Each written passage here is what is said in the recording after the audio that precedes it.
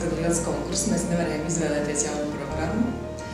Bet līdz lielākais kriterijs, kāpēc mēs izvēlējāmies, bija jau mūsu draugi, sadarbības partneri, kas mums piedāvā nolaitos programmu, ieteica šo programmu. Mēs uzaicinājām uz tikšanos, un otrs kriterijs bija viennozīmīgi programma kā tāda, viņa ir ļoti pārskatāma vietu.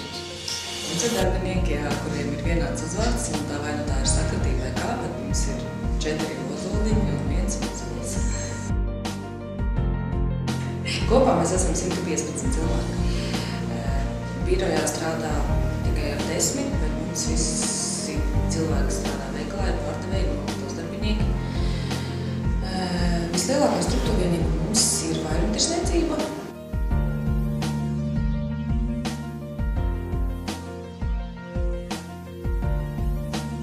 Ātrums.